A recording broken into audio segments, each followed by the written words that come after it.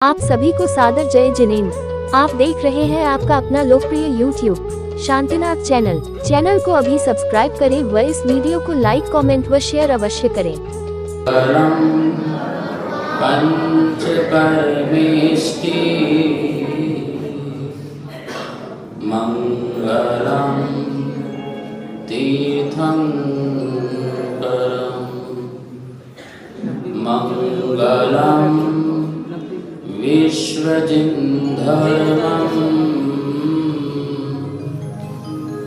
मंगलम वीरशासनम मंगलम वीरशासनम यदर्चा भावेन प्रमुदितमनादर्तुरिव क्षणाकाशिस्वर्गी गुणगणसमगा सुखनिधि लभन्ते भक्ता शिवसुखसमाजं किमु तदा महावीर स्वामी निपतिकामी भवतु मे महावीर स्वामी नयन पतिकामी भवतु मे महावीर स्वामी नयन पतिकामी भवतु मे। भगवान महावीर स्वामी के चरणों में वंदन नमन अभिनंदन। गुरुवर विद्यानंद महाराज जी के चरणों में अभिनंदन।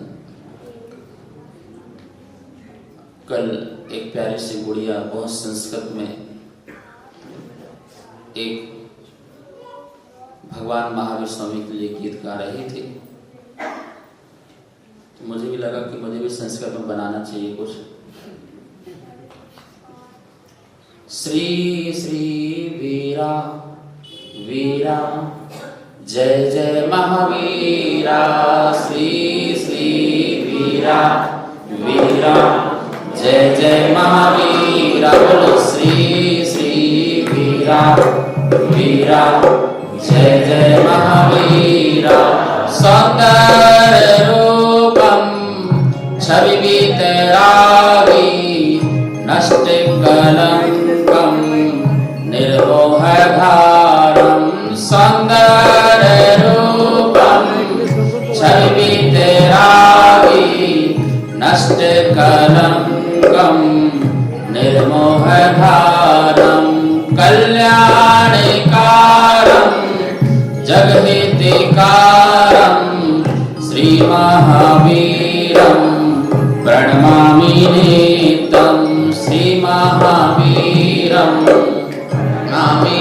नित्यं श्री श्री वीरा वीरा जय जय महावीरा श्री श्री वीरा वीरा जय जय महावीरा परम पवित्रं परोपकारं परम दयालुं परम कृपालुं परम पवित्रं परोपकारं परम दयालुं परम कृपालुं आनंदकारं अमृत वर्षं श्री महावीरं प्रणमामि नित्यं श्री महावीरं प्रणमामि नित्यं श्री श्री वीरा वीरा जय जय महावीरा श्री श्री वीरा वीरा जय जय महावीर बोलो श्री श्री वीरा वीरा जय जय महावीरा श्री श्री वीरा वीरा जय जय महावीरा। भगवान महावीर स्वामी के लिए हम कितना भी गाएं उतना ही कम है, कहते हैं कि शब्द कम हो जाते हैं।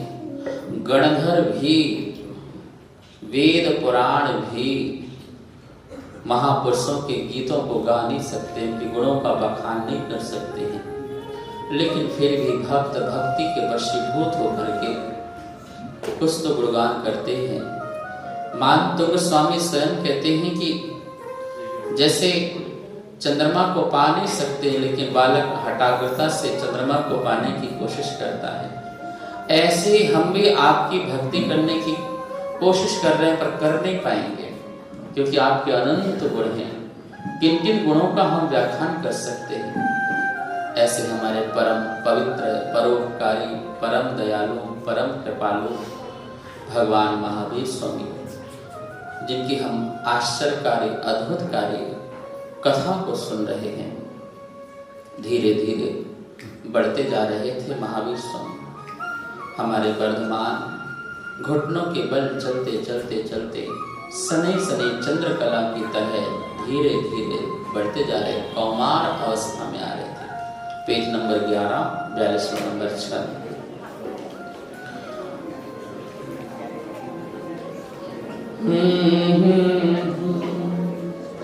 जब कौमार अवस्था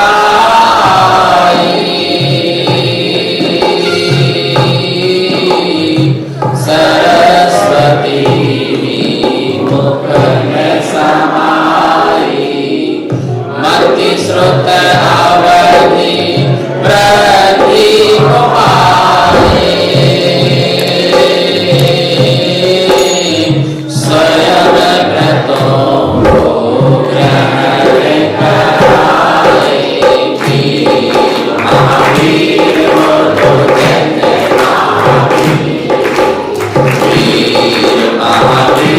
बोलो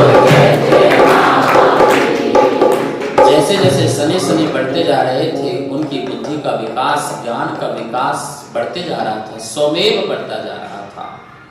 जब बच्चा बड़ा होने लगता है तो माता पिता को चिंता सताती है कि इसे किसी गुरुकुल में भर्ती किया जाए, पढ़ लिख करके बड़ा आदमी पढ़े, बड़ा इंसान बने, कमाए, धन को दान में दे, इस प्रकार की उनकी भावना होती है।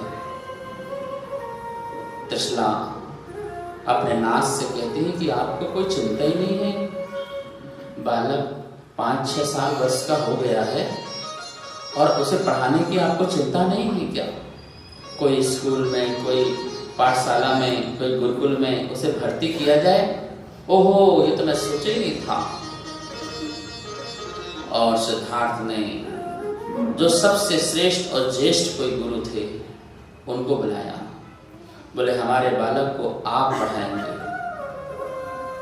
आप आज से हमारे बालक को पढ़ाएंगे, वर्धमान को पढ़ाएंगे। वही बड़ा सौभाग्यशाली हो रहा था, मैं बालक को पढ़ाऊंगा, ये तो अद्भुत बात है। और उन्होंने मुहूर्त निकाला, समय निकाला, लगन निकाला और पढ़ाने के लिए बैठे। हे बालक, हे वर्धमान, बोलो एक, बोले एक, बोले एक मतलब आत्मा, बोलो एक, और एक मतलब आत्मा। जैसे ही एक शब्द बोला, एक एक मतलब आत्मा, तो ये शिक्षक तो इतने खुश हो गए कि इतना होशियार बालक जो एक बार में ही, वो तो नाचने लगे कि ऐसे बालक को पाकर के शिक्षक भी सोचता है कि अच्छा विद्यार्थी मिल जाए तो कितनी खुशी होती है उसके लिए। बहुत खुशी, वहां पे उठे तुरंत और त्रिशला मैया के पास गए कि ओहो कितना होनहार बालक है, एक बार में मैंने कहा एक तो उसने कहा एक, और मैंने कहा एक मतलब आत्मा तो उसने कहा आत्मा। ओहो, वह जाकर के राजा सिद्धार्थ को कहते हैं कि बहुत होनहार होशियार बालक है। दूसरे दिन पुनः पढ़ाने आए, बोले बेटा बोलो दो, तो वो बोले एक, नहीं एक का पाठ हो गया है, अब क्या बोलना है तुम्हें? बोलो दो, तो बोले एक। अरे एक पाठ हो चुका है, अब आगे बोलो, तो बोलो दो, तो बोले एक। ओहो, मैं तो भ्रम में था, मैं तो समझ रहा था कि इतना होशियार बालक जो कल एक बार में ही, अब माँ को जाके मैं क्या कहूंगा। सुबह से शाम हो गई, क्योंकि बताना भी था ना कि आज क्या पढ़ाया है, पूरा मैनेजमेंट था। ऐसे नहीं हो सकता कि बच्चे को क्या पढ़ा रहे क्या नहीं पढ़ा रहे। त्रिशला माँ थी, हाँ बोलो क्या पढ़ाया। माँ मुझे तो लगा था कि बच्चा बड़ा होशियार, लेकिन ये तो आगे नहीं बढ़ रहा, आप ही चलो। बोले चलो। बोले क्या हुआ। बोले मैं इससे कह रहा हूं कि 2 बोलो, तो ये 1 बोलता है, 1 से आगे बढ़ते ही नहीं। बोले मैं प्रयास करती हूँ। बोले भला अब 1 नहीं बोलना है, अब क्या बोलना है 2। फिर बोले वो, वहां से पीछे से कौन आ गए, पिताजी भी आ गए। उन्होंने भी प्रयास किया, सब हार थक गए। अंत में पूछा गया वर्धमान से कि तुम 1 के आगे 2 क्यों नहीं बोल रहे हो। तो उन्होंने कहा जो जम एकम जानी ते सब बई जाने, जिसने 1 को जान लिया उसने सबको जान लिया। तब समझ में आई कि भैया जो 3 लोग को पढ़ाने आया है क्या उसे भी कोई, ओहो स्वयंभू होते हैं वो, क्या होते हैं तीर्थंकर, स्वयंभू होते हैं वो, किसी से शिक्षा नहीं लेते हैं, इतने ज्ञान के धारी होते हैं। कितनी सुंदर बात कही, जब एकम जानी ते सब पे जानी। जिसने एक आत्मा को जान लिया है उसने जगत के विश्व के समस्त तत्वों को जान लिया है। हमें भी प्रयास ही करना चाहिए, अपने को जानो, को हम, मैं कौन हूं, किद्रुगुणहा, मेरे क्या गुण हैं, किम निमित्त कहा, मैं किस निमित्त से आया हूं, किम प्राप्यम, मुझे क्या प्राप्त करना है, हम कहाँ जाना है, कहाँ से आए हैं। जरा अपनी चेतना से तो पूछो, हम अनादि से कहाँ से चले हैं और अनंत की यात्रा कर रहे हैं, संसार में भटक रहे हैं। कहाँ से आया तुझे कहाँ, ये महिलाएं गाती हैं ना, आया कहाँ से जाना कहाँ है, आया कहाँ से जाना कहाँ है, ढूंढ रे ठिकाना चेतन, ढूंढ रे ठिकाना, ढूंढ रे ठिकाना चेतन, ढूंढ रे ठिकाना। आया निगोद से जाना निर्वाण है, कहाँ से आए, आया निगोद से जाना निर्वाण में, आया निगोद से ढूंढ लिया ठिकाना चेतन, ढूंढ लिया ठिकाना, ढूंढ लिया ठिकाना चेतन। ढूंढो, निगोद से हमने यात्रा प्रारंभ की, अज्ञानता से यात्रा प्रारंभ की है, अब ज्ञान से पूरी यात्रा प्रारंभ समाप्त करना है, संपन्न करना है, निर्वाण की यात्रा प्रारंभ करना है। कुमार अवस्था में ही जिनका क्षयोपशम, जिनका चारित्र, यद्यपि तीर्थंकर कभी छोटे व्रतों को ग्रहण नहीं करते हैं,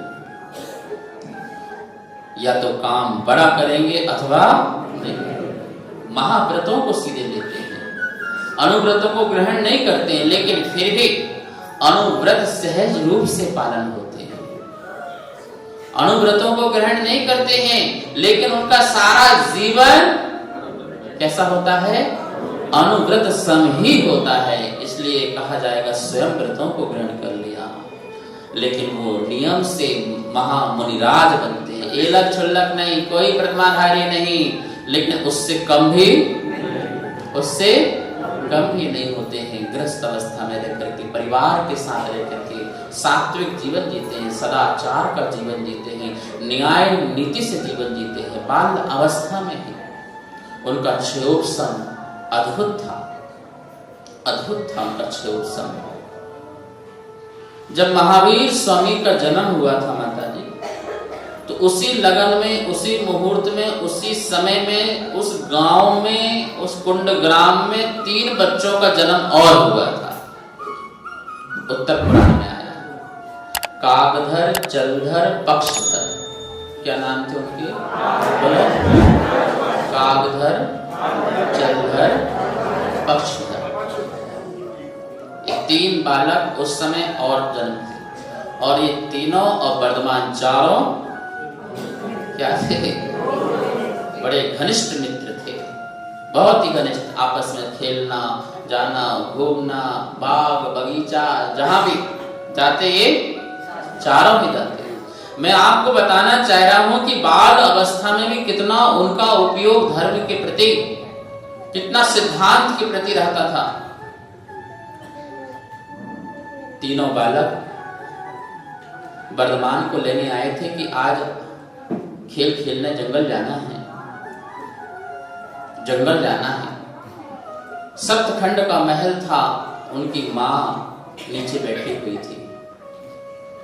तुम लोग फिर आ गए? अभी तो गए थे, सुबह तो गए थे। नहीं माँ, हमें वर्धमान से मिलना है, हमें खेलने जाना है। नहीं अभी नहीं जाना है। नहीं माँ, माँ मना मत करो, वर्धमान को बुला दो, हमें खेलने जाना है। ज्यादा देर तो नहीं खेलोगे? नहीं ज्यादा देर। बोलना तो ऐसे होता है, मानना किसको है? जाओ जाओ, वर्धमान ऊपर है। कहाँ पर है? वो भागते हुए गए, खुशी में भागते हुए गए, सीधे 7वें खंड में पहुंच गए। कहाँ पहुंच गए? ऊपर बैठे हुए थे कौन है? पिताश्री। कौन? राजा। क्या हुआ बालको, क्यों भागते भागते इतनी तेज आए हो?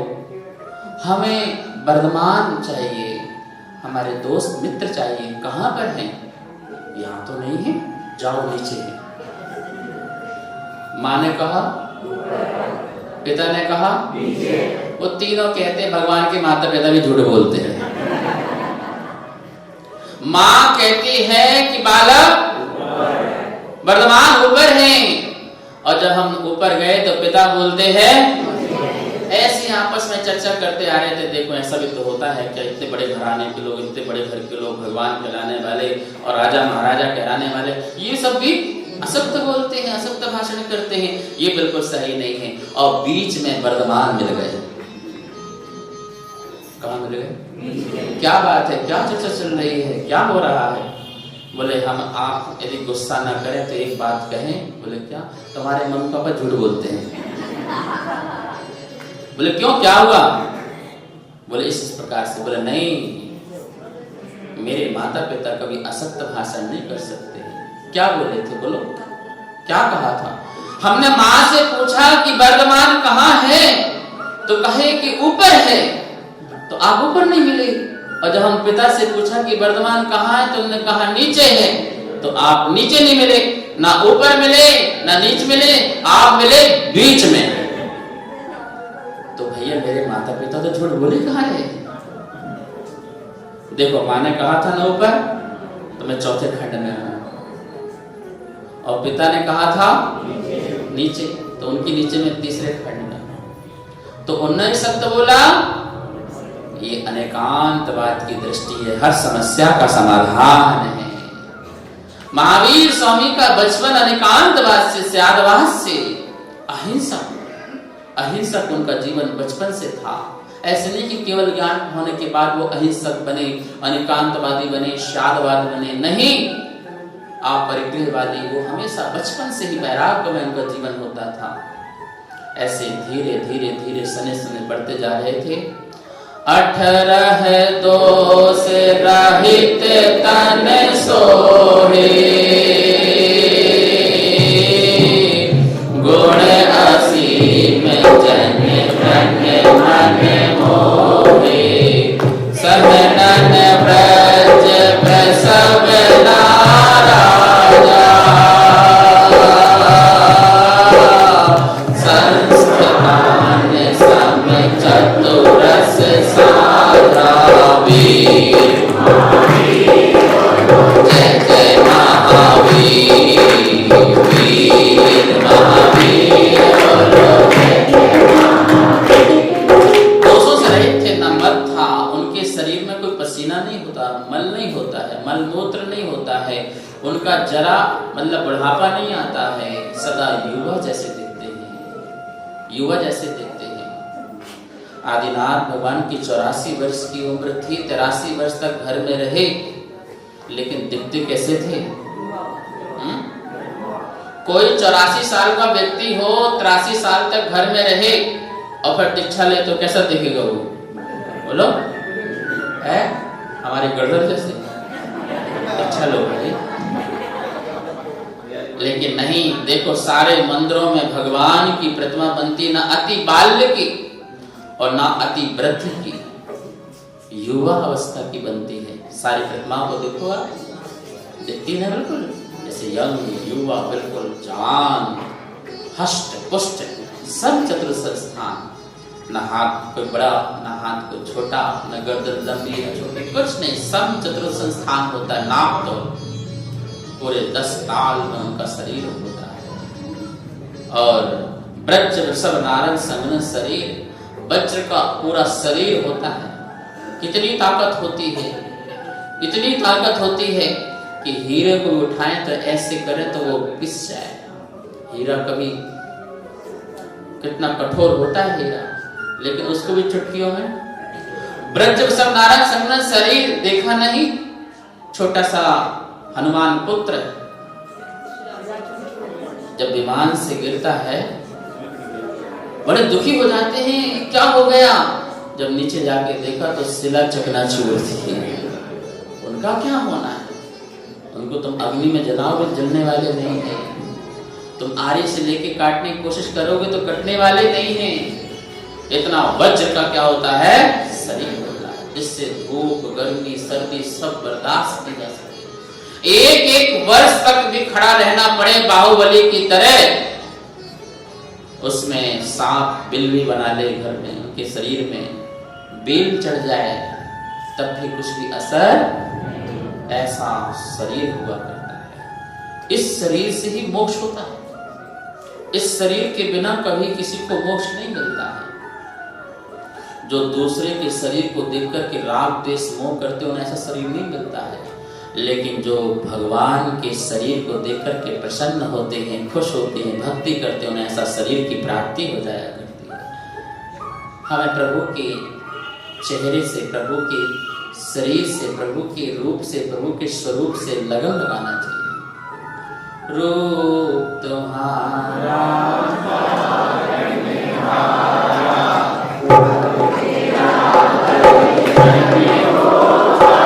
तेरी प्रतिमा कितनी सुंदर, तू कितना सुंदर होगा।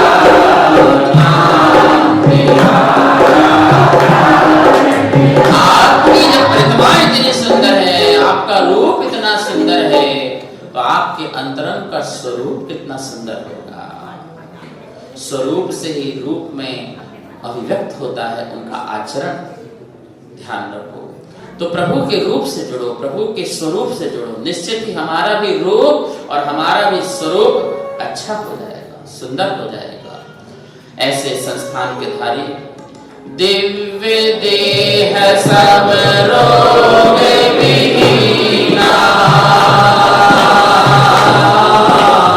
जो भवि गुण धर्मों में लीना, हुआ क्षयो समचारित मोहा, अब तो निज गुण पर मन मोहा।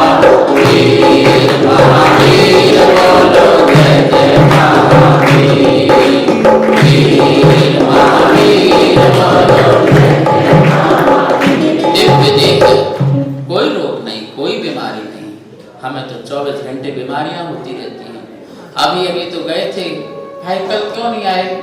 महाराज बीमार हो गए, सर्दी हो गई, जुकाम हो गया, बुखार हो गया, पेट में दर्द हो गया, सिर में दर्द हो गया। कैसा शरीर पाया है हमने, कैसा पाप कर्म का उदय है, ऐसा अशुभ शरीर प्राप्त किया है। एक क्षण भी धर्म ध्यान नहीं हो पाता है, एक क्षण को भी सामायिक में नहीं बैठ पाते हैं, एक माला फेरते हैं 10 आसनों को चयन करना पड़ता है। कैसा शरीर है, कैसे शरीर से मोक्ष की प्राप्ति हो, कैसे शरीर से हम शुक्ल ध्यान कर सकें, कैसे शुद्धोपयोग की दशा को प्राप्त कर सकें। क्षण क्षण में यह शरीर अस्वस्थ हो जाता है, अस्वस्थ हो जाता है। कितना आसाता वेदनी कर्म का उदय है। पंचम काल में शरीर, सबसे अशुभ शरीर जो है नारकियों का होता है। 5,68,99,584 प्रकार के रोग रहते हैं। कितने रोग, संख्या तो याद कर लो। 5,68,99,584 इतने प्रकार के रोग की जो पीड़ा है वो नारकी को हर समय उदय में रहती है। जैसे हृदय में दर्द होता है, किसी को जब अटैक पड़ता है तो कितना पीड़ा होती है, वो पीड़ा उसको जीवन पर्यंत, जब तक उसकी आयु है तब तक उसको इतनी पीड़ा होती है। आंख मात्र में 96,000 के रोग होते हैं, आंख मात्र के। बताइए, इतने प्रकार के रोग हैं, इतनी प्रकार की बीमारियां हैं, क्या क्या ठीक कराओगे? पंचम काल के अंत तक इतने स्पेशलिस्ट डॉक्टर हो जाएंगे। सारा शरीर तुम्हारा बैटरी से चार्ज होगा। सुबह रात को यहाँ का वायर लगाओगे, यहाँ का वायर लगाओगे, सब चार्ज करोगे। इतने अंदर वो पार्ट डाल देंगे, अंदर सारा मशीन भर देंगे शरीर के अंदर, रोबोट की तरह चलते हुए दिखाई दोगे। इतना पाप कर्म का उदय है, कैसे धर्म ध्यान करें? एक भी तो नियम हमसे सत्ता नहीं है, एक भी नियम। क्या बात कर रहे हैं महाराज, हम सारे नियम पाल रहे हैं। अच्छा, तो एक काम करो, आज से सारे नियम छोड़ो, मैं एक नियम दूंगा वो पालो बस। सस्ता सौदा, हाथ उठाओ, कौन पालेगा एक नियम? बताऊंगा पहले नहीं।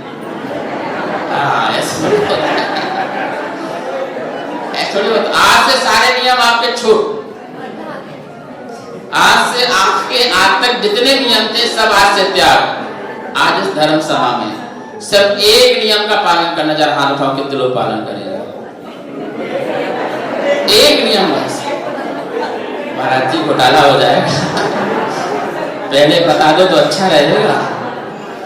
देखो स्वामी जी, एक नियम लेने की हैसियत नहीं लोगों की। बताओ कैसा शरीर पाया है, कैसा समय, कैसा जीवन, कैसा घर, कैसा परिवार, कैसा माहौल पाया है। कोई तो हिम्मत बहादुर निकले कि हाँ महाराज जी एक नियम आपका पालेंगे हम। एक बालक ने पाया उठाया तो कम से कम पाले, चाहे ना पाले, बाद में सुनने के बाद भले मना कर दे। पर एक बालक उठाया, इसलिए ताली बजाओ सब लोग। 50-50, 100-100 साल की बुढ़िया अम्मा बैठी, इनका क्या हो रहा है? प्रधान जी, पंचम काल महादुखदाई, धर्म कर्म सब ये सही पढ़ते हो तुम। एक नियम पालना है आज से। कौन सा नियम पालना है? आज बताऊं, कल बताऊं? पालोगे? ऐसे तो कर रहे हो, बाद में नहीं मना। एक नियम ऐसा पालन करो कि आज के बाद नियम ले लो, जो कुछ भी हम खाएंगे पिएंगे छने पानी का खाएंगे। कौन सा नियम? बोलो बोलो, कौन सा नियम? छने पानी का। तुम होटल खाओ कोई दिक्कत नहीं, पर होना कौन सा चाहिए? तुम बाजार का खाओ कोई दिक्कत नहीं, सारा आग का बाजार से खाओ, कोई प्रॉब्लम नहीं है, हमें कोई दिक्कत नहीं। पैकेट का खाओ, होटल का खाओ, बाजार का खाओ, तुम्हें जहां का लगा वहां का खाओ। आज से छूट, पर कंडीशन अप्लाई। कंडीशन क्या? कंडीशन चांदी चौपट बना हो जाए। एक ही तो नियम बोला मैंने, तुम्हें सब खाने को बोल रहे हैं हम। चाउमीन खाना खाओ ना, कौन ने मना किया? हल्दीराम का खाना खाओ ना, कौन ने मना किया? प्रातः काल उठो, सबसे पहले क्या करो? देव दर्शन। कुछ भी खाओ पियो तो छने पानी का उपयोग करो, और रात्रि हो जाए बस सुनो, ये 3 नियम भी तुमने पालन कर लिया ना, तो आज नहीं तो कल, कल नहीं तो परसों, परसों नहीं तो वर्षों, एक दिन जरूर महावीर स्वामी बन जाओगे, भगवान बन जाओगे, सिद्ध परमात्मा बन जाओगे, मात्र 3 नियम का पालन करने से। और यदि महाव्रत पालन कर लोगे तो साक्षात मोक्ष हो जाएगा। महावीर वर्तमान बचपन से ही जो इस प्रकार के नियमों का पालन सहज रूप से करते थे, धन्य है वो परिवार जो इस प्रकार का कुल आचरण करता है। जितनों ने हाथ उठाए थे कम से कम उनकी अनुमोदना तो कर दो।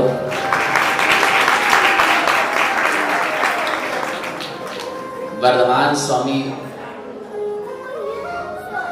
चारित्र के धनी नहीं, महाशक्तिशाली थे बचपन से ही। वो तो आपने देख लिया सौधर्मेंद्र का क्या हाल किया था सुमेरु पर्वत में। स्वर्ग में चर्चाएं हो रही हैं, क्या कह रहे हैं आगे देखिए। एक दिन स्वर्ग में चर्चा होवे,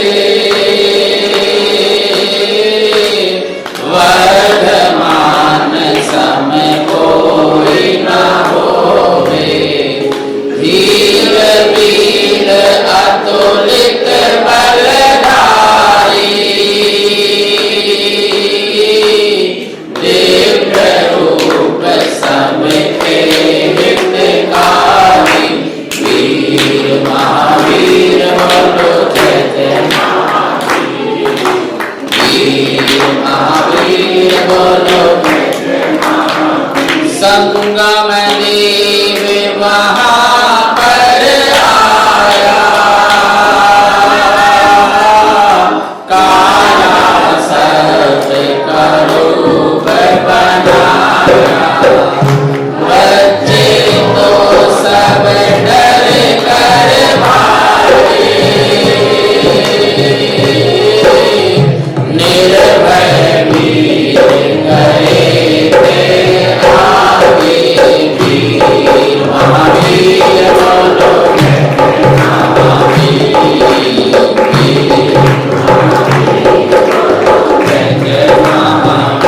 सर्प के फण पर नृत्य कराया, देव बड़े रच रच में आया, वीर नाम देकर हर्षाया,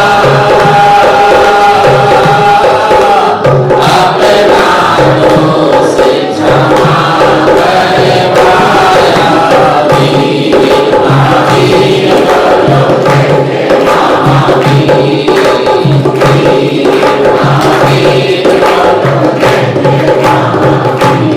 स्वर्गों में चर्चा चलेगी, वर्धमान बड़ा बलशाली है, तो कभी कभी कोई किसी को बात पचती नहीं है, कभी किसी की प्रशंसा, कोई कोई होता है संसार में ऐसा, हर कोई तुम्हारी बात पचा ले ऐसा थोड़ी होगा, कोई तो ऐसा होगा जो तुम्हारी परीक्षा भी लेगा। देवों ने भी, संगम देव ने भी सोचा कि ऐसे कैसे हो सकता है, छोटा सा बालक इतना शक्तिशाली बलशाली, कितनी बड़ी बड़ी बातें हो रही हैं यहाँ पर, मैं जाके देखूंगा। देखो ऊपर चित्र बना है, 4 बालक लगे ना बैठे थे। ये जो चित्र है म्यूजियम में है, आप मथुरा के म्यूजियम में जाएंगे तो ये संगम देव है जो अपना विकराल रूप बना करके आया था। और वो संगम देव जहाँ पे 4 बच्चे दिखाई दे रहे हैं, ऊपर कंधे में 2, नीचे 2, ये 3 वही हैं। कौन बोलो? जलधर, कागधर, पक्षधर, और वर्धमान तो है ही। उसने बहुत विकराल रूप बनाया। पहले तो सर्प का रूप बनाया, तो वो डरे नहीं, वो सर्प के ऊपर ही नृत्य करने लगे। सारे बच्चे तो पेड़ में थे, भागे। और फिर वो संगम देव अपने रूप में आया, जैसा रूप यहाँ पे दिया हुआ है, और वर्धमान को अपने कंधे में उठा करके नृत्य करने लगा कि तुम सचमुच में वीर हो।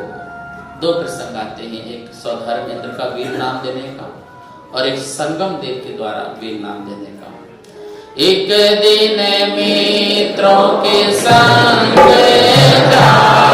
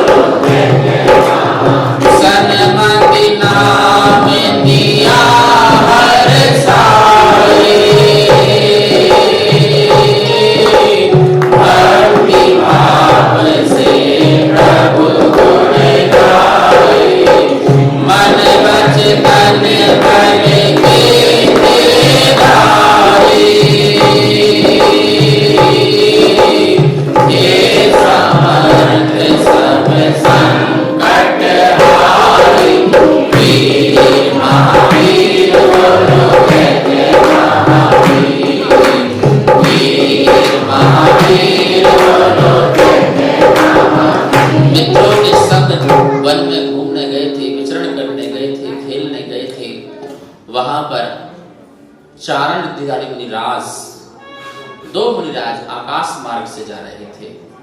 मन में कुछ लेकर के संशय लेकर के, पुनर्जन्म को लेकर के संशय में थे कि किस प्रकार से पुनर्जन्म होता है, मरण के बाद जीव कहाँ जाता है, कैसे भव को प्राप्त करता है, होता भी है या नहीं होता। इस प्रकार के मन में बहुत सारे जिज्ञासाओं को लेकर के, शंकाओं को लेकर के, सम्यक दृष्टि थे कि वो चारण मुनिराज थे, लेकिन जिज्ञासा तो किसी को भी हो सकती है, शंकाएं तो कुछ भी हो सकती हैं।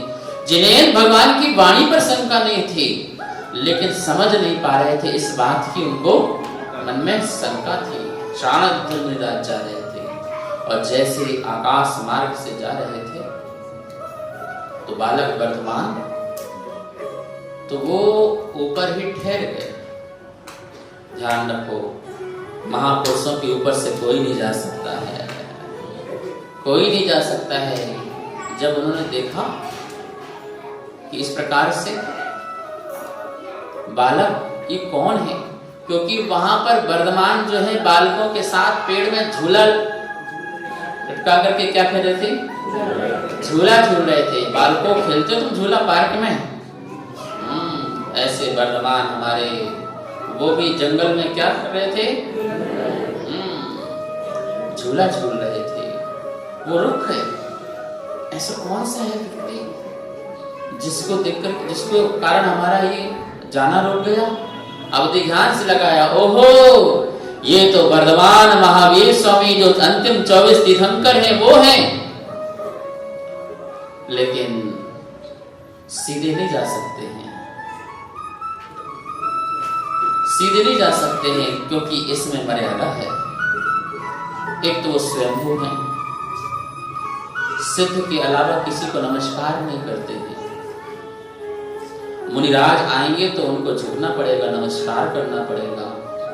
तो मुनि ने अपनी मर्यादा भी रखी और उस बालक की मर्यादा भी रखी। उसके द्वारा भी कोई साधु का अपमान ना हो और मेरे द्वारा भी कोई अपमान ना हो, मर्यादा रखी दोनों ने। बालक को तो पता ही नहीं था और वो सीधे आकाश मार्ग से नीचे उतरे और एक पेड़ के पीछे छिप करके उस बालक को देखते हैं जो आगे चल के महावीर बनेंगे। कैसे लगते हैं महावीर स्वामी। और उस बालक को जैसे देखते हैं तो जो दोनों के मन में शंका चल रही थी, बड़ी जिज्ञासा चल रही थी, जिसका समाधान उनको कई दिनों से नहीं हो पा रहा था, दोनों आपस में चर्चाएं कर रहे थे। और जैसे छुप करके आड़ में, पेड़ की आड़ से छुप करके वर्धमान को देखते हैं, तुरंत उनकी शंका का समाधान हो जाता है। और वो आकाश मार्ग से जाते समय कहते हैं, ये कोई ऐसा वैसा बालक नहीं है, ये तो वीर तो है ही है, वीर के साथ साथ ये सन्मति है। सतमति इति सन्मति, जो जिसको देख करके मति सत हो जाए, जिसको देख करके सत्य का उद्घाटन हो जाए, ऐसी मति वाला सतमति सन्मति। और क्या नामकरण हो गया, बोलो सन्मति भगवान की जय। एक दिन हस्ती हुआ मतवाला, प्रजा को कष्ट दिलाने वाला, हाहाकार मचाता भारी, महावीर ने पीर निवारी। जय महावीर, बोलो जय जय महावीर।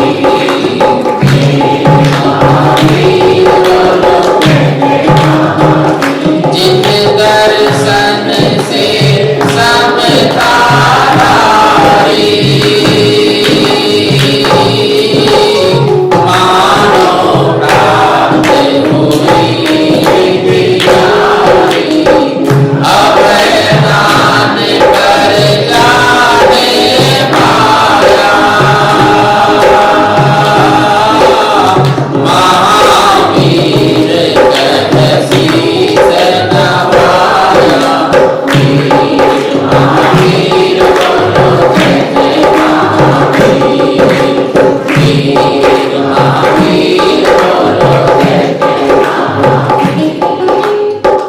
व्यक्ति पागल हो गया था, हो जाते हैं, कोई भी पागल हो सकता है। जैसे आप लोग पागल होकर यहाँ बैठे हुए हो, पागल हुए तभी तो यहाँ पर बैठे हुए हो, भक्ति में पागल हुए हो। और हम महापागल हुए तो कपड़े उतार के बैठ गए। महावीर की भक्ति में, महावीर के धर्म में महापागल होना पड़ता है, तभी तो जाकर के महामोक्ष की प्राप्ति हुआ करती है। यदि भक्ति में पागल ना हो, दीवानापन ना आए, तो कभी भी कोई घर ना छोड़े, परिवार ना छोड़े, धन दौलत न छोड़े, संपत्ति न छोड़े। प्रभु के प्रति समर्पण होना पड़ता है, पूरी लगन, पूरा भक्ति का जाम पीना पड़ता है। और ऐसा नशा पीना पड़ता है कि वो नशा उतरे ना। तुम्हारा नशा तो सुबह पीते हो शाम को, या शाम को पीते हो तो सुबह, वैसे पीते नहीं होगे, अच्छी बात है, लेकिन भक्ति का नशा, भक्ति का जाम ऐसा पियो कि कभी उतरे ही।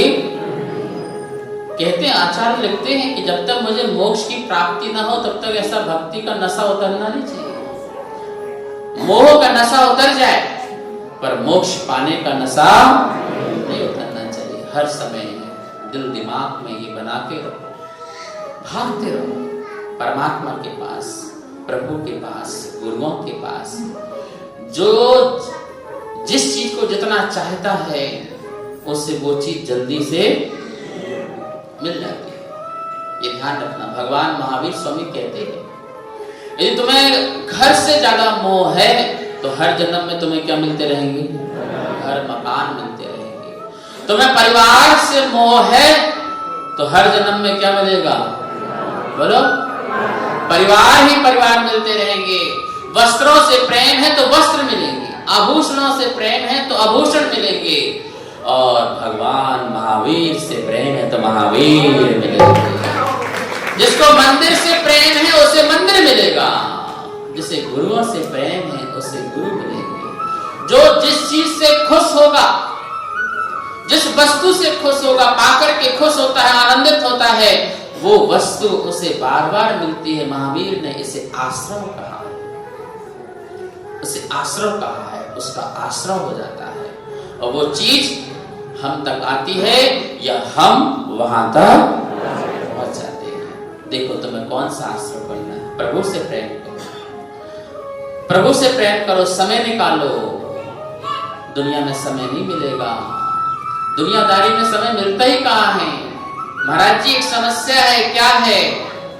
काम नहीं है पर समय भी बड़ी समस्या है। काम भी नहीं है और मंदिर आने का, अरे जब काम नहीं है तो पूरा समय निकालो ना, पूरा धर्म ध्यान करो। जब तलक दुनिया में रहोगे फुर्सत न मिलेगी काम से, जब तलक दुनिया में रहोगे फुर्सत न मिलेगी काम से। कुछ समय ऐसा निकालो, प्रेम करो भगवान से। समय मिलता नहीं है, समय निकालना पड़ता है। अब भी तो समय निकाल के आए हो ना, आए नहीं आए, वरना कहाँ मिलता। घर में कितने लोग हैं जो समय काट रहे हैं, व्हाट्सएप में, फेसबुक में, टीवी में समय काट रहे हैं, उन्हें पता ही नहीं है समय नहीं काट रहे हो। बोलो, आधा प्रवचन तुम किया करो। मैं एक टाइम भोजन करता हूँ, 2 टाइम बोल रहा हूँ, और तुम 2 टाइम को खाते हो, कम से कम 4 बार तो बोलो बीच में। समय कहाँ काट रहे हैं? समय उनको काट रहा है। एक एक पल की आयु, मनुष्य जीवन की आयु व्यर्थ जा रही है, व्यर्थ जा रही है। आपने तो अपना सिस्टम बना रखा है, उससे आगे बढ़ने को राजी ही नहीं हो। जितना आप 10 साल पहले कर रहे थे उतना ही 25 साल बाद भी उतना ही कर रहे हो, 50 साल बाद भी उतना ही कर रहे हो। मैंने पूछा एक व्यक्ति से, 70 साल के थे, क्या करते हो? बोले महाराज जीवन भर मंदिर गया हूं। अच्छा, कमाल है। और क्या? 1 माला डेली, 1 माला, 1 भक्तांबर, और 1 बार सुबह मंदिर गंदोदर, और बस इतना ही। अरे 50 साल 70 साल में इतना कब से कर रहे? बचपन से कर रहे ना। बचपन से 1 माला से 2 माला तेरी नहीं गई, 1 टाइम से 2 टाइम मंदिर नहीं गया तो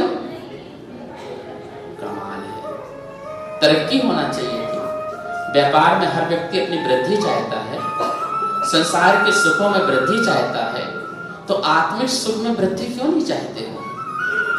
कुछ तो बढ़ो, हर साल कुछ नियम बढ़ना चाहिए, हर साल लगना चाहिए कि हमने कुछ किया है और आगे बढ़ाया है, अपने जीवन को सार्थक और सफल किया है।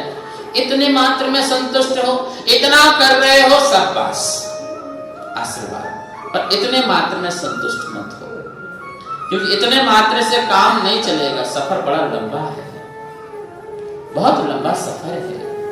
उस सफर में बहुत साधन की आवश्यकता है, और वो साधन तुम्हें धन से नहीं मिलेंगे, वो साधन तुम्हें धर्म से मिलेंगे। ये धन से साधन मिल गए होते तो बहुत सस्ता सौदा था, बहुत सस्ता सौदा था। धन दो स्वर्ग फिक्स, धन दो और मोक्ष फिक्स।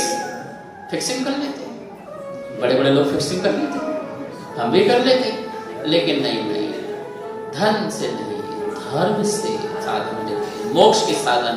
उत्तम द्रव्य, उत्तम क्षेत्र, उत्तम काल, उत्तम भाव और उत्तम भाव ये तुम्हें धन से नहीं मिलेंगे। किससे मिलेंगे बोलो? धर्म से मिलेंगे। जब तक उत्तम द्रव्य नहीं मिलेगा, उत्तम क्षेत्र मिलेगा, उत्तम काल नहीं मिलेगा, उत्तम भाव नहीं मिलेगा, उत्तम भाव नहीं मिलेंगे, तब तक किसी को मोक्ष की प्राप्ति होने वाली। इसलिए धन कमाओ पर धन के लिए मत जियो, धन कमाओ और धर्म के लिए जियो। जीवन धर्म के लिए मिला हुआ है, मनुष्य पर्याय। इतने मात्र में संतुष्ट मत हो। इससे घाटा क्या है? एक दिन की मनुष्य पर्याय और खत्म हो गई। जो एक दिन की मनुष्य पर्याय में कुछ और कमाया जा सकता था, और तुम तो महावीर के भक्त हो, होशियार हो, अपनी होशियारी तो दिखाओ। होशियार हो के लिए कितने लोग होशियार हैं? बेवकूफ थोड़ी क्यों बैठे हैं भाई? बोलो होशियार, बोलो होशियार।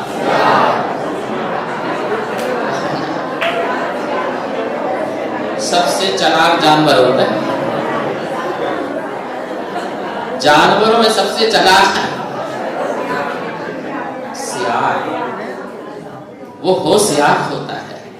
ठीक है ना? हम भी होश में रहें, होश में जीवन जियो। जोश में रहो कोई बात नहीं, पर होश भी तो रहना चाहिए। धर्म ध्यान बढ़ते रहना चाहिए। आज एक सामायिक की, कल एक एक्स्ट्रा करो ना। आज 24 मिनट की है, कल 48 मिनट की करो, देखो तो करके। आज एक माला की थी, कल 2 माला करके देखो। 10 लक्षण पर में 10 साल से एक आसन करते आ रहे हैं, एक आध बार एक उपास करके भी देखो। प्रैक्टिस, अभ्यास तो करो। साधना की, संयम की, त्याग की, तपस्या की, ये महावीर का मार्ग है। त्याग तपस्या का मार्ग है, छोड़ने का मार्ग है। छोड़ के देखो। रोज डल्ला की गद्दे में सोते हो, एक दिन महीने में चटाई में सो के देखो कैसा लगता है। कैसे मुनिराज सोते हैं, कैसे हम आगे चल के मुनिराज बनेंगे। इस भाव में बने या अगले भाव में बने, अभ्यास तो पड़े, अभ्यास तो पड़े। रोज घरों में सोते हो, महलों में सोते हो, कभी मुनिराजों के साथ जाओ, वहां भी एक दिन सो के देखो। जंगलों में कैसे सोते हैं, धर्मशालाओं में कैसे रहते हैं। बहुत रस वाला भोजन करते हो, कभी नीरस भोजन करके देखो, कभी बिन मांगे भोजन करके भी देखो, कभी मौन की साधना करो। बक बक करते रहते हो, बोलते रहते हो 24 घंटे, कभी 2-4 घंटे मौन रह के भी देखो।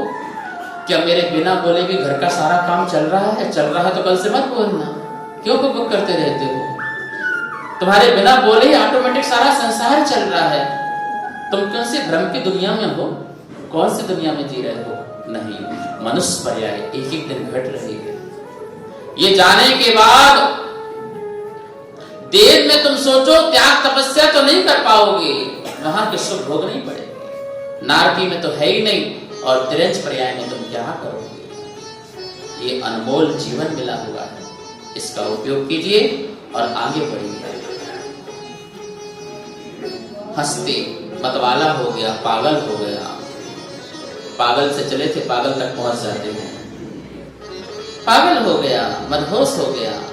वह अपनी गौशाला को तोड़ते हुए भागा शहर की ओर, नगर की ओर। हाहाकार मच गया, सारे यहाँ वहां भाग रहे थे। वर्धमान सामने से आ रहे थे, लोग भाग रहे थे। क्या हुआ? वर्धमान ने बोला, वो 3 जो थे ना, कौन बोलो, कातर, चलधर, अरे वर्धमान भागो। क्या हुआ? क्योंकि वो भाग रहे थे। अपने आप को बचाओ। महाविकराल हस्ती गज जो है मदहोश हो गया है, पागल हो गया है, सब कुछ उखाड़ रहा है, फेंक रहा है, अस्त व्यस्त कर रहा है। तुम भी भागो। वो तीनों बड़े डरपोक थे। सबसे पहले वही भागते थे।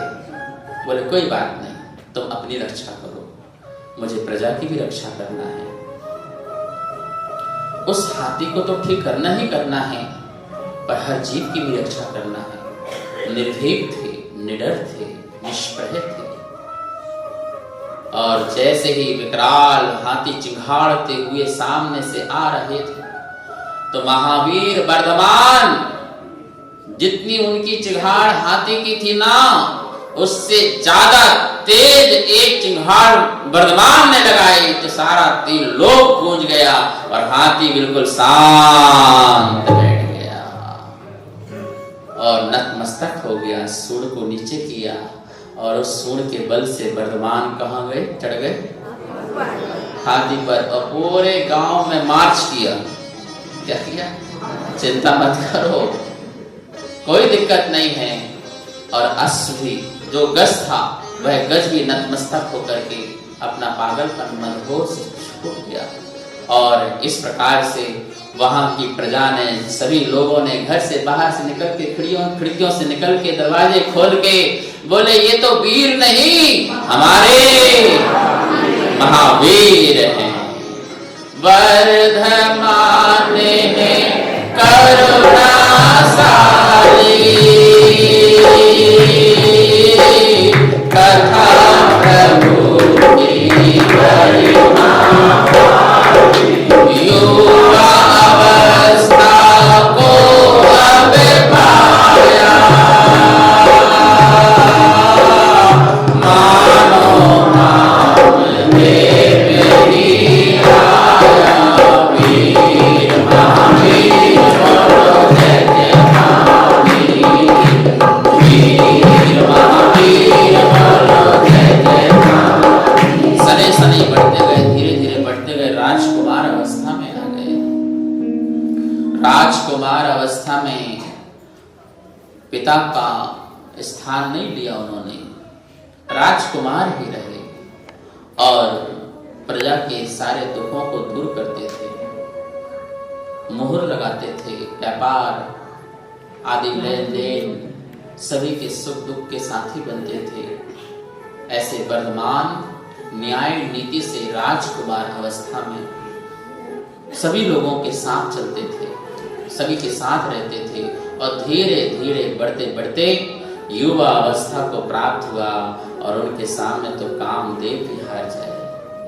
इतने सुंदर कामदेव महासुंदर होते हैं, बहुत सुंदर होते हैं। और जिसको पढ़ना हो तो हनुमान का चरित्र पढ़ लेना, हनुमान का चरित्र पढ़ लेना कि कितने सुंदर कामदेव थे, वहां की दशा कैसे हो जाती थी। इतना सुंदर भंगम दृश्य बताया गया है, अद्भुत बताया गया है। 5 काम सर तन में छोड़े,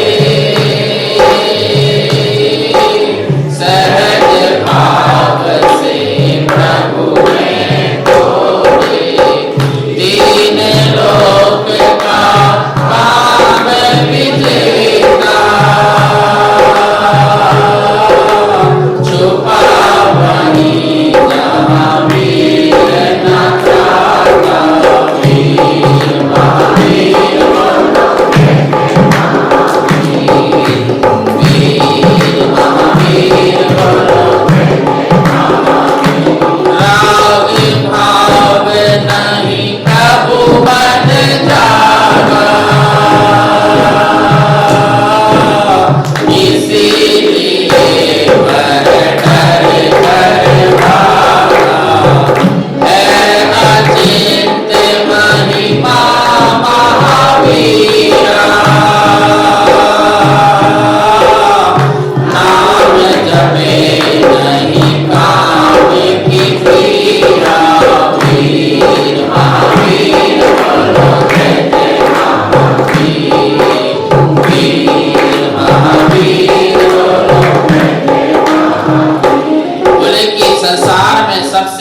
सुभट है तो वो कामदेव है।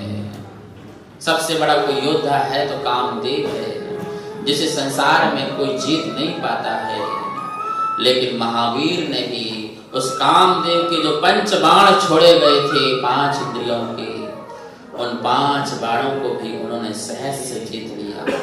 मन को जीता, अपने तन को जीता और 3 लोक में काम विजेता कहलाए। महावीर स्वामी काम विजेता कहलाए।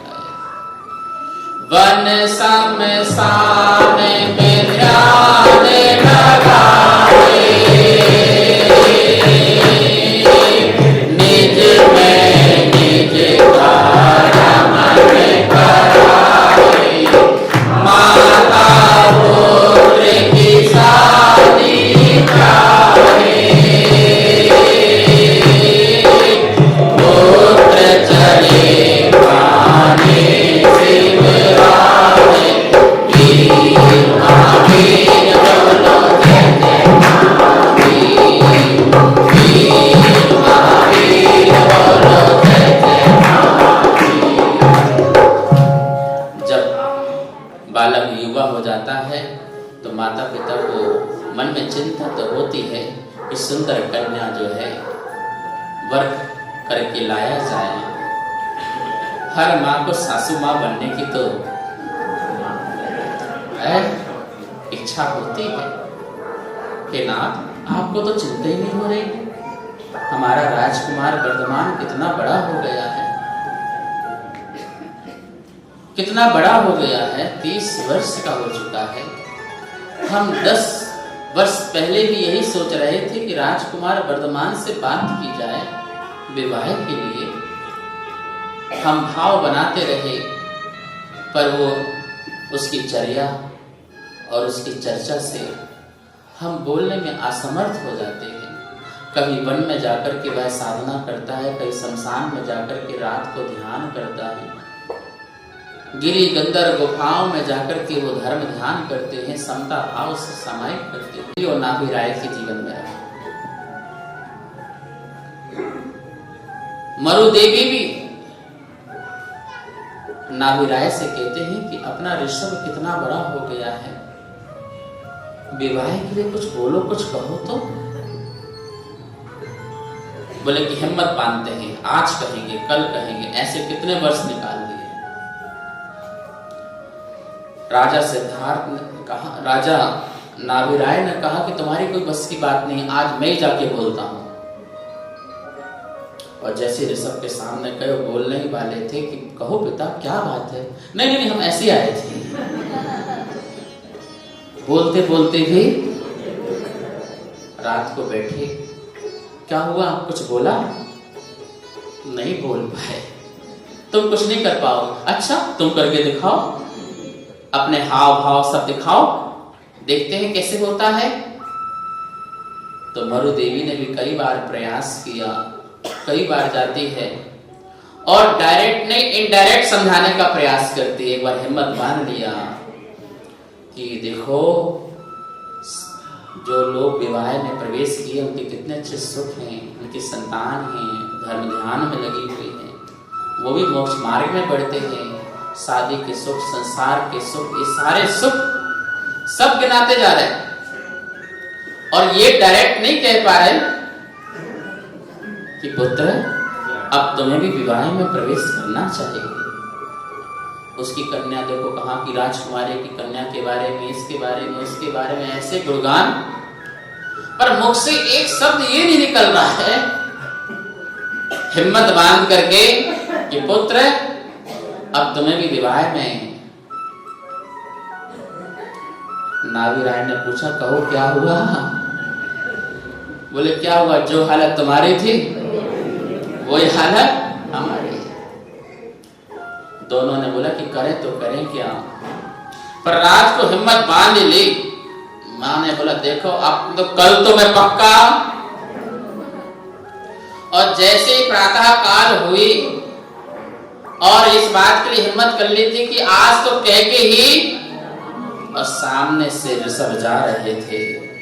अरे पुत्र रुको, क्या बात है मां, आज्ञा दीजिए, कोई गंभीर बात है।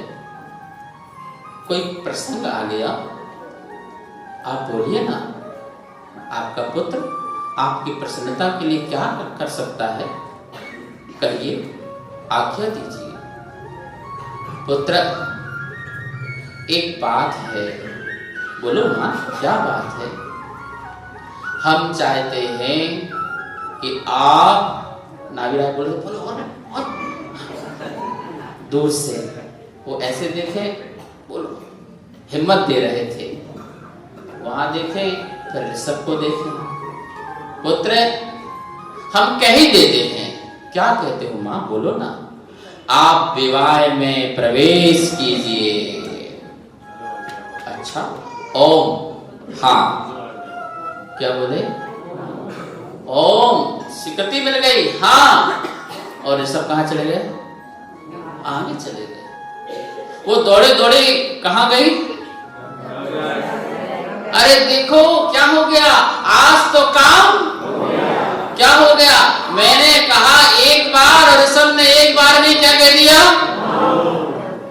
बड़ी खुशी हुई। पर मुझे ये समझ में नहीं आया, हम तो सोच रहे थे कि वो विवाह के लिए मना करेंगे, इतनी साधना संयम में रहते हैं, वो तो विवाह के लिए बैठा हुआ था, शादी करने के लिए बैठे हुए थे, हम नहीं बोल पा रहे थे। तो नाविराय बोलते, नहीं, ऐसी बात नहीं है भगवान। तो कैसी बात है? महापुरुष जो होते हैं ना, वो हाँ में हाँ बोलते हैं और ना है तो ना बोलते, वो मायाचारी नहीं करते हैं। आपने सहजता से बोला और उन्होंने सहजता से, तुमने कहा विवाह में प्रवेश करो, उन्होंने कहा, वो ये नहीं कहते ना ना ना नहीं, बाद में देखिए, कल देखिए, परसों देखिए, तुम जैसे नहीं मनाना पड़ता। महापुरुषों की यही विशेषता होती है, हाँ है तो हाँ है और ना है तो ना है। सारा 3 लोग भी यदि ना कह दिया और सारा 3 लोग भी समझाने आ जाए कि नहीं मान जाओ, ये क्षमता और ये शक्ति मैंने आचार्य गुरु विद्यानंद महाराज जी के पास देखी और उनके भक्तों ने भी देखी होगी। यदि गुरु ने ना कह दिया ना, सारे अच्छे एक से भक्त भी आके कहें महाराज जी मान लो, तो कुछ नहीं, ना तो ना है उनकी, और उनकी हाँ में तो, ये आप लोगों ने अनुभव देखा होगा, कई लोगों ने देखा होगा। महापुरुषों की क्वालिटी होती है। यहां पर त्रिशला माँ भी हिम्मत बांध करके, बेटा, मगध देश की आजाद शत्रु की पुत्री यशोदा का संबंध आया हुआ है। यशोदा, तुम जानते तो हो, बचपन से जानते हो, आती जाती रही, महलों में आती जाती रही, बहुत सुंदर कन्या है, रूपवान है, गुणवान है, धर्म ध्यान करती है।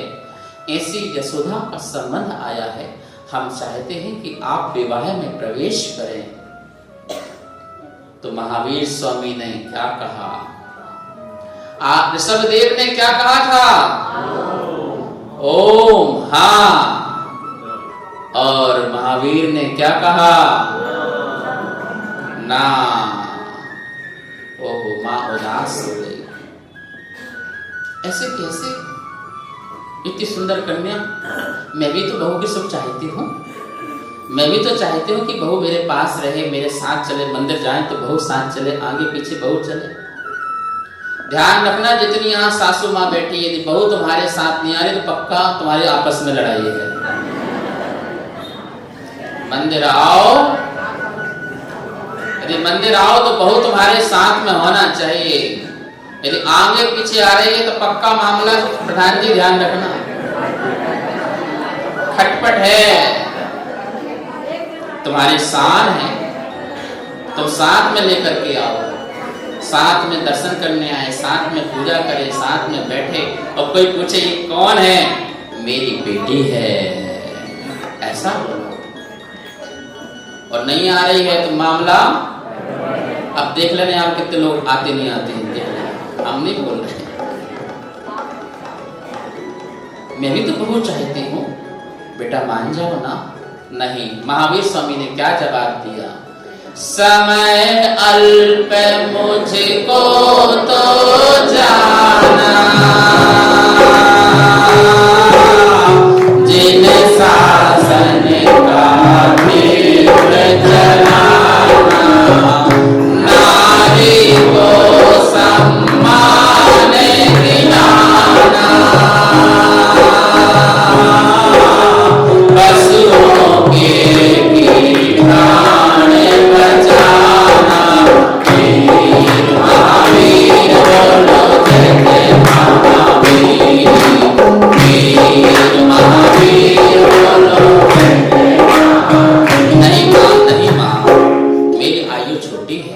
समय बहुत कम है, काम बहुत ज़्यादा है। नारी का सम्मान दिलाना है, नारी का सम्मान नहीं हो रहा है। यहाँ पर नारी को जो है पीड़न दी जा रही है। चंदनमाला का सम्मान दिलाया नहीं दिलाया? और पशुओं की बलियां हो रही है, धर्म के नाम पर लोग हिंसा कर रहे हैं, पशुवध हो रहे हैं। नहीं माँ, मुझे अहिंसा की प्रचार करना है, अहिंसा धर्म लोगों को सिखाना है। अल्प आयु है, छोटी आयु है। वो तो ऋषभदेव थे, माँ एग्जाम्पल भी दे रही थी ना। देखो पहले वो ऋषभदेव, उनकी नंदा सुनंदा 2 रानियां, और वो शांतिनाथ भगवान 96,000 रानियां। एक तो है शांतिनाथ, कुंथुनाथ, अरयनाथ की कितनी? हम तो एक ही तो मांग रहे हैं। नहीं माँ, उनकी आयु लंबी थी, बड़ी थी, और समय छोटा है। मुझे तो जिन शासन का तीर्थ चलाना है, इसलिए माँ मैं विवाह में प्रवेश धर्म नाम पर होने वाला हिंसा कर्म मिटाऊंगा, खड्ग विराग युगल पर धारूं, मोह रूपी शत्रु को मारूं, वीर महावीर बोलो जय जय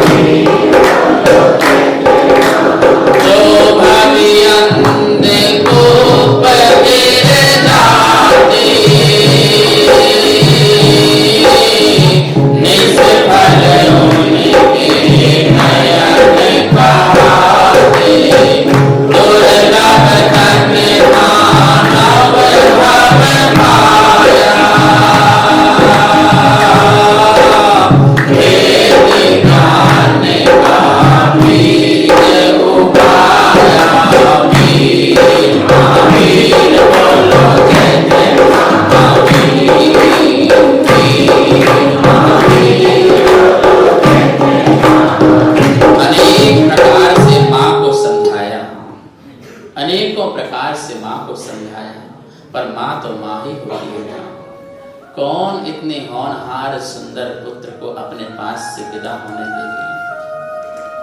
माँ सोचती है क्या करूं, कितना समझाया, मैं इन्हें समझाती हूँ, ये मुझे समझाते हैं। बड़ा दिल दुखी हुआ था। बार बार माँ बेहोश हो जाती है, उठ जाती है, गिर जाती है।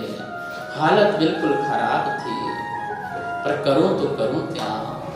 सबसे उपाय पूछती थी, कोई उपाय आपके पास है, मेरा वर्तमान रुक जाए, विवाह में प्रवेश करे, गृहस्थ जीवन में रहे, मुझे सुख दे, मैं उनके सामने रहूं और मैं उसके चेहरे को देखती रहूं, कोई उपाय बताइए। इस प्रकार से प्रसंग चलता रहा। आ ही गया एक उपाय। एक ने सलाह दी, मां आपको पता है एक बहुत बड़ा संगीत सम्राट है, सोमदत्त और सोमदत्ता। अच्छा, वो इतने राग वर्धक भजन सुनाता है, इतने प्रिय प्रिय गीत गानों को गाता है कि कोई भी सुन ले तो उससे बैरागियों को भी रागी हो जाए, योगियों को भी भोग में प्रवेश हो जाएं। ऐसे ऐसे मधुर मधुर शब्दों के साथ वो गीत गायन आदि करता है। अच्छा, तो उसको लेकर के आओ ना, उसको लेकर के आओ, उससे कहो अपने दलबल के साथ आए। और माँ ने कहा, बेटा तू जा ही रहा है तो एक बात तो मेरी सुन ले। बोले क्या माँ बताओ, क्या कह रही हो। हमने एक संगीत सभा रखी है, हम चाहते हैं कि तुम उसमें जरूर बैठो। देखो माँ रोकने के लिए कितने उपाय कर रही है, कितने उपाय कर रही है। और वो सोमदत्त सोमदत्ता अपने दल बल के साथ, पूरे सैकड़ों संगीतकारों के साथ, एक से एक वाद्य यंत्रों के साथ, और सारी प्रजा, राजा महाराजा वहां पर सब बैठे हुए थे। और वहां पर जैसे ही वर्धमान का प्रवेश होता है, सब खड़े हो जाते हैं और वर्धमान अपने आसन में जाकर के साम भाव से, सामायिक भाव से बैठ जाते हैं, समता भाव से बैठ जाते हैं। चित्र बना हुआ है, देखो एक शख्स के ऊपर साम भाव से बैठे हुए हैं। शांत राजकुमार वर्धमान बैठे हुए हैं। देखो संगीत गायन का चित्र है, 14 नंबर के पेज।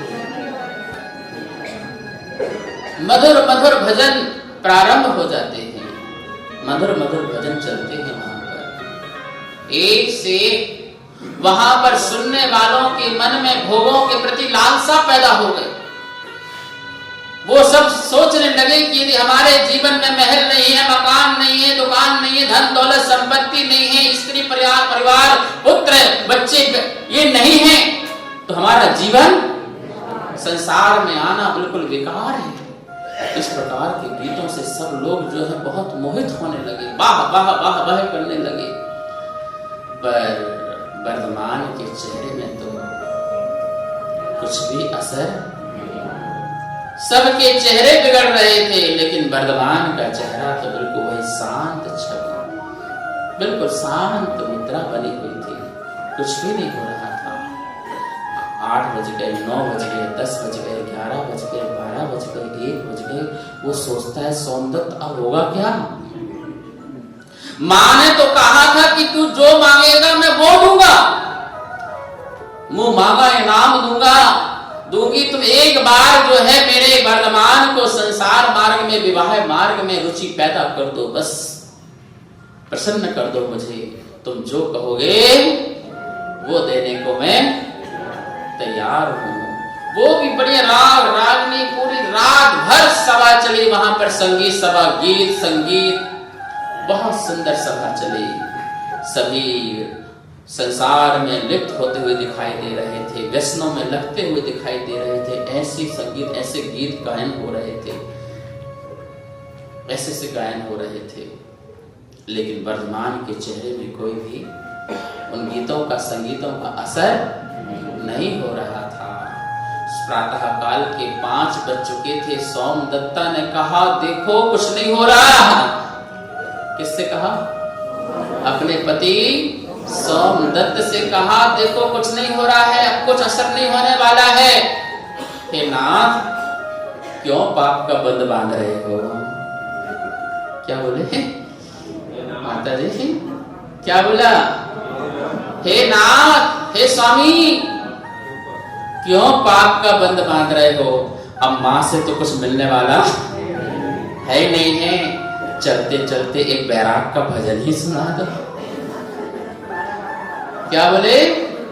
अब कुछ होने वाला तो जब पूरी रात बीत गई, प्रातः काल सूर्य का उदय होने वाला है, हमारे वर्धमान के चेहरे में एक भी शिकन नहीं आई है और वो अपने आप में प्रसन्न चित्त है।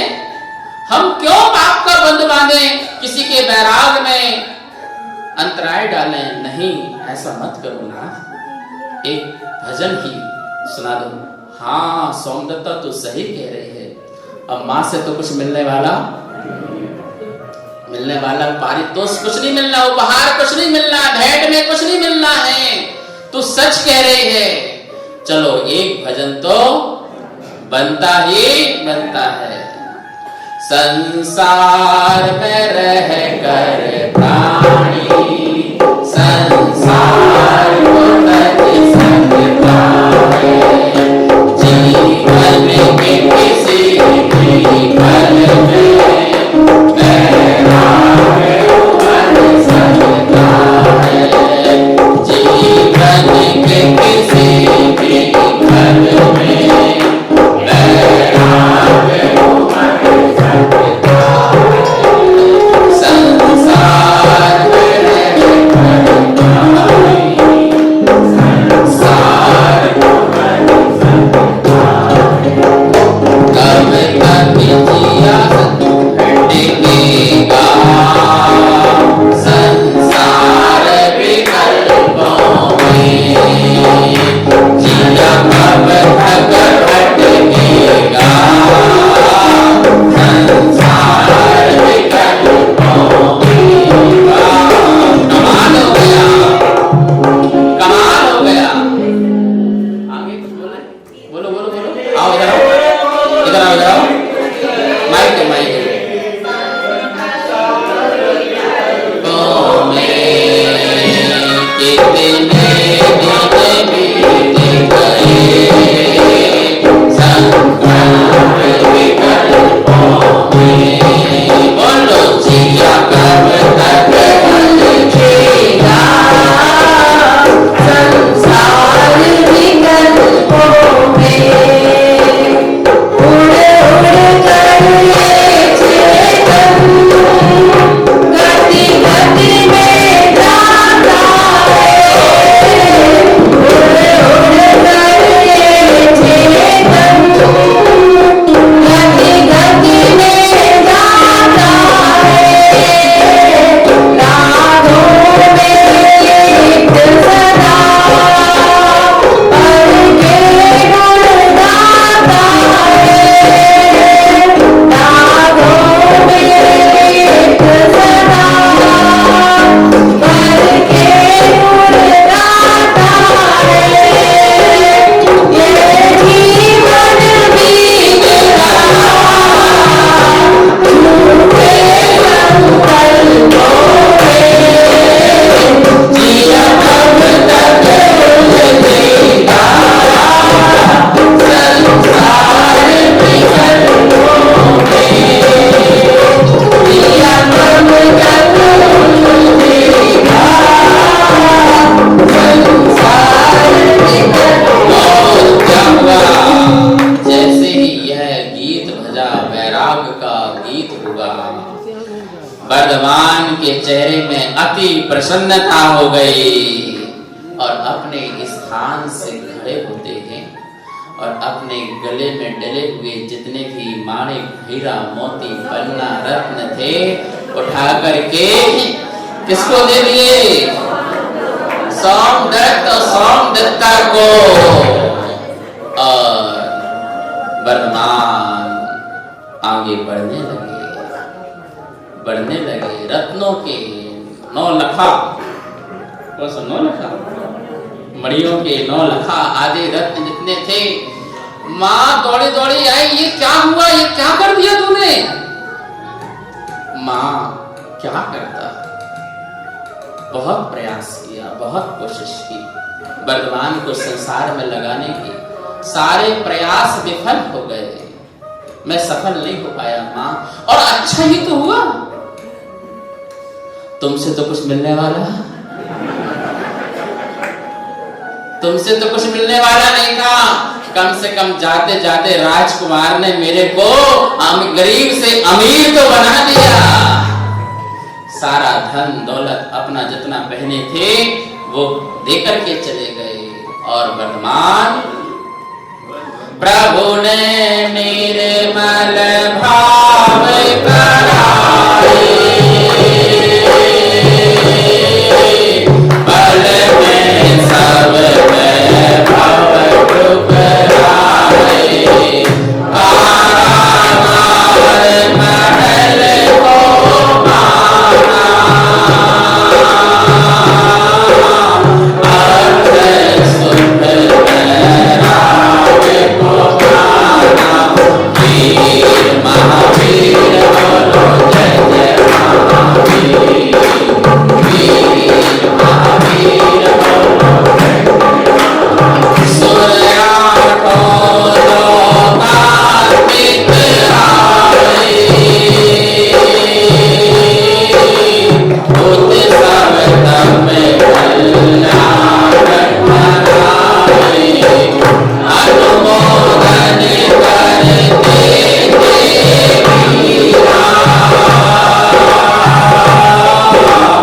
जाओ स्वामी भगत दीना, वीर महावीर बोलो जय जय महावीर, वीर महावीर बोलो जय जय महावीर। आ चुके थे लोकांतिक देव, और उन्होंने वैराग की अनुमोदना की, हे प्रभु आपने जो मार्ग चुना है उत्तम मार्ग चुना है। ध्यान रखो, आप त्याग कर पाओ ना कर पाओ कोई बात नहीं, आप तपस्या कर पाओ ना कर पाओ कोई बात नहीं, लेकिन कोई त्याग और तपस्या कर रहा है तो उसकी अनुमोदना करो।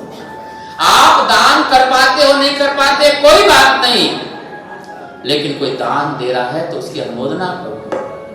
दानी कैसे बनोगे, कैसे सौधर्मेंद्र बनोगे? तुम इसी से बन जाओगे, जो कर रहा है उसकी अनुमोदना करो। क्या करो? उसकी अनुमोदना करो।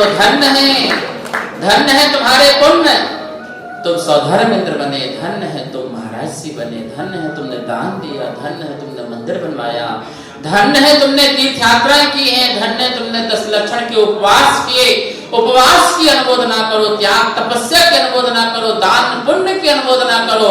कहीं भी निंदा मत करो। जो इन चीजों की निंदा करेगा निश्चित ही पाप का बंध बांधेगा, उसके जीवन में ये सब कुछ नहीं मिलने वाला है। अरे देखो, जहां देखो वहीं पंच कल्याण हो रहे हैं। अरे जहां हो रहे हैं उनका तो कल्याण हो रहा है, उनका तो। और तुम क्या कर रहे हो? तुम क्या कर रहे हो? तुम्हें पता है ये तो जैन धर्म का स्वर्णिम युग चल रहा है कि हर कॉलोनी में पंच कल्याण चल रहा है। स्वर्णिम युग है, इसकी अनुमोदना करो। बड़े कालों से आया है, 1000 वर्ष हमें कुछ नहीं मिल पाए।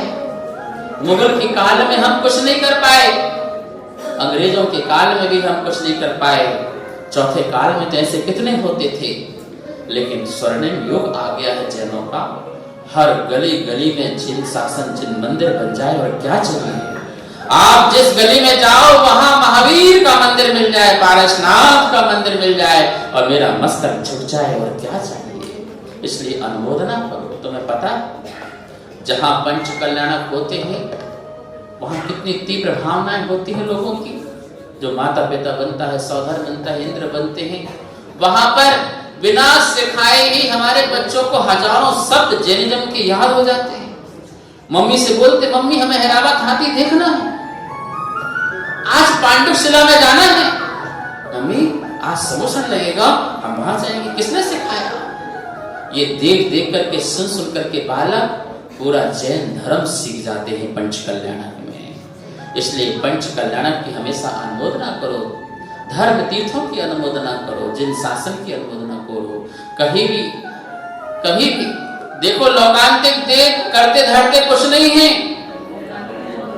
सिर्फ क्या करते हैं बोलो, है? एक बैल, एक बंदर, एक सूकर, एक नेवला, जिन्होंने आहार दान की जंगल में अनुमोदना की थी, वो आदिनाथ के कुल में भरत और बाहुबली बन के पैदा हो गए। एक अनुमोदना मात्र से तो हमें भी आहार दान की, त्याग तपस्या की, संयम की, इन सब की अनुमोदना करना चाहिए। हे प्रभु हमें भी ऐसी शक्ति मिले, हम भी इतने सामर्थ्य हो सके कि हम भी त्याग कर सके, ऐसी भावना लेके आना चाहिए। लोकांतिक देव मात्र प्रभु की वैराग्य की अनुमोदना करने मात्र से एक भवतारी बन जाया करते हैं, मनुष्य बनते हैं, मुनि बनकर के मोक्ष चले जाते हैं। जीवन निज एकांत बनाया, अनेकांत को ग्रहण कराया, चंद्र प्रभास का पर मीरा, बदलाए हर में अवधीरा, वीर महावीर बोलो वीर महावीर बोलो। दीक्षा न ले सको कोई बात नहीं, भगवान महावीर की दीक्षा तो हो जान दो माताओं। दो चार पंक्तियां और बची है, प्रभु की दीक्षा हो रही है, जरा दीक्षा भी सुन लो। यात्री खंड बन लक्ष्य बनाया,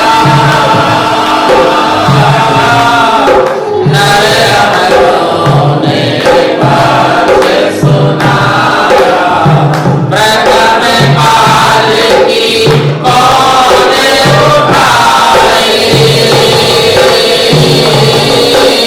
प्रभु वाणी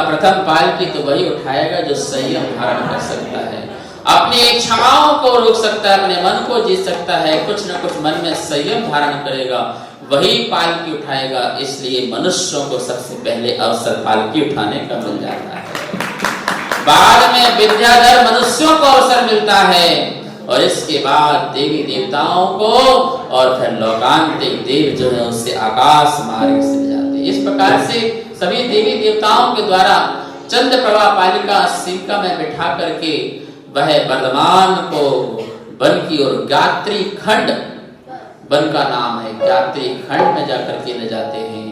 मन जो ने हर शोध पाया, देवों में दुख से दुख समाया, भूपति साथ कदम तक जाए, तेरे विद्याधर अवसर पाए, सुरगण गगन मार्ग से जाए,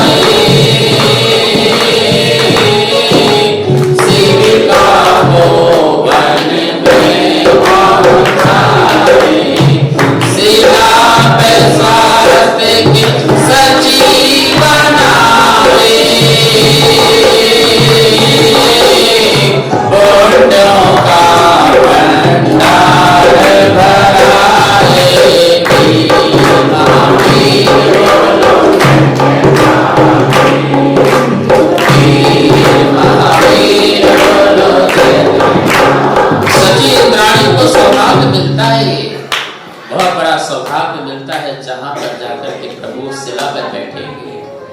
जिस शिला पर जाकर के वो दीक्षा लेंगे, उस शिला में जाकर के सची इंद्राणी क्या बनाती है? स्वास्तिक बनाती है। और प्रभु वहां पर जाकर के विराजमान होते हैं और क्या करते हैं?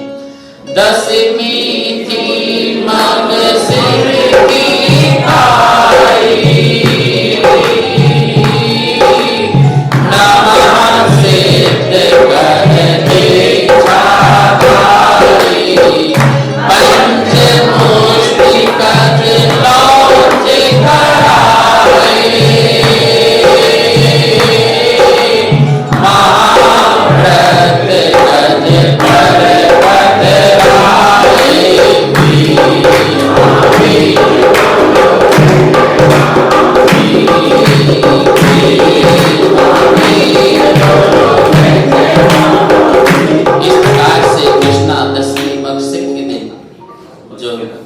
पर महावीर स्वामी जी ने नग्न दिगंबर भिक्षा धारण करी, पंच मुष्टि केश लौंच, 5 बार में ही सारे के सारे बालों को तन से बिल्कुल घास फूस की तरह उखाड़ करके फेंक दिया।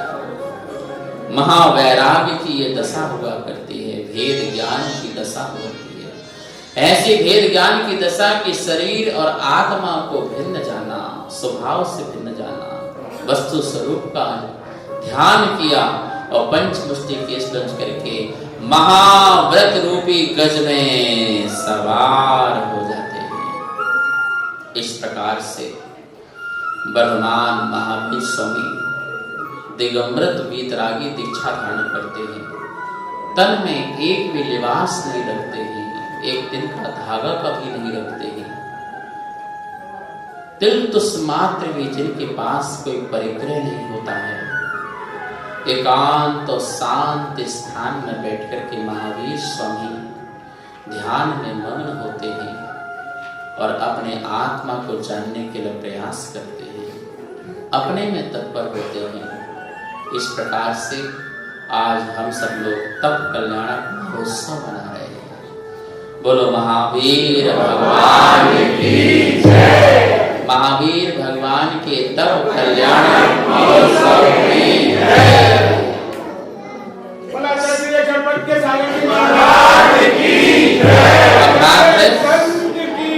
नौ दीपों से दीपार्चन होनी है, इसके बाद आप जा सकते हैं।